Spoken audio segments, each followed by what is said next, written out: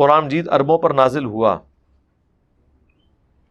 ان کی زبان عربی تھی، تو اس نظریے دیکھا جائے تو کیا ہم نماز اپنی زبان میں پڑھ سکتے ہیں؟ جمعے کا خطبہ بھی، جمعے کا خطبہ تو آپ ضرور دیں، کیونکہ جمعے کے خطبے کا مقصد ہے لوگوں کو تذکیر کرنا اور نصیحت کرنا۔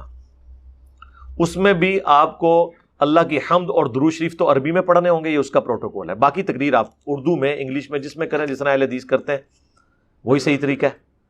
لیکن نماز مسلمانوں کی یونٹی کی علامت ہے۔ دنیا کے ہر مسلمان نے نماز پڑھنی ہے، تو وہ کسی ایسی زبان میں ہونی چاہیے جو دنیا کے ہر مسلمان جس زبان کو اون کرتے ہوں، اور وہ کوئی مشکل کام نہیں ہے۔ ایک سورہ فاتحہ ہی یاد کرنی ہے نا، 2-3 سورتیں یاد کرنی ہے نا، اور باقی نماز چھوٹی سی ہے۔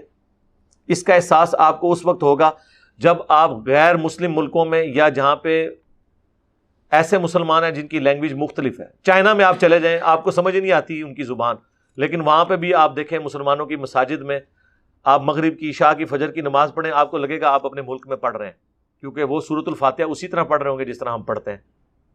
ملیشیا، انڈونیشیا میں چلے جائیں، آپ کو ان کی زبان نہیں آتی، لیکن نماز جب پڑھیں گے تو آپ کا دل اندر سے گواہی دے گا میرا مسلمان بھائی ہے، تو سورہ فاتحہ پڑھ رہا ہوگا تو مجھے بھی وہی۔ تو یہ 2 چیزیں مسلمانوں کی یونٹی کی علامت ہیں، ایک عربی زبان، دوسرا قبلہ۔ دنیا میں آپ جہاں کہیں بھی ہوں، قبلہ رخ آپ کھڑے ہوتے ہیں، اس میں کوئی مسلمانوں میں اختلاف نہیں ہوتا، اس لیے اللہ نے اسے ڈائریکشن کے طور پہ مقرر کیا۔ ورنہ پاکستان میں کسی نے کہنا تھا کہ جی وہ داتا دربار کی طرف منہ کر کے نماز پڑھیں، کسی نے کہنا تھا جی اجمیر شریف، کوئی کہتا بغداد شریف، کوئی کہتا جی قطبی ستارہ شریف۔ ٹھیک ہے، اللہ نے یہ جھگڑے ہی ختم کر دیا ہے، مسلمانوں کو ایک جگہ جوڑ دیا ہے۔ پھر نماز کی بیسک سٹرکچر ایسی رکھ دی ہے، اس میں کوئی اختلاف نہیں ہے۔ دنیا کے ہر فرقے کا مسلمان، چاہے سنی ہو، شیعہ یا ان کے آف شوٹس ہوں، نماز ایک طریقے سے پڑھتے ہیں۔ بیسک سٹرکچر، بلو پرنٹ ایک ہے۔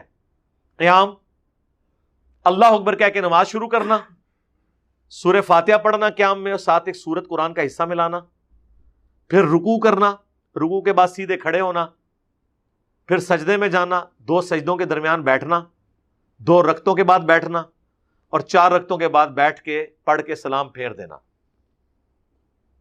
یہ سب کا سب متفق ہے، اسی کی وجہ سے آپ ایک دوسرے کے پیچھے نماز پڑھ سکتے ہیں۔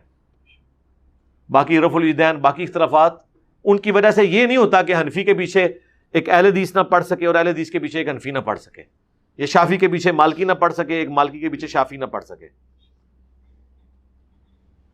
یہ اللہ تعالیٰ نے یونٹی رکھی ہے، لہٰذا آپ اپنی زبان میں نماز نہ پڑھیں، اس کی بجائے اپنی زبان میں اس کا ترجمہ یاد کر لیں، اور آپ اس طریقے سے۔ باقی خطبے والی بات آپ کی ٹھیک ہے، میری ویڈیو ریکارڈ ہے۔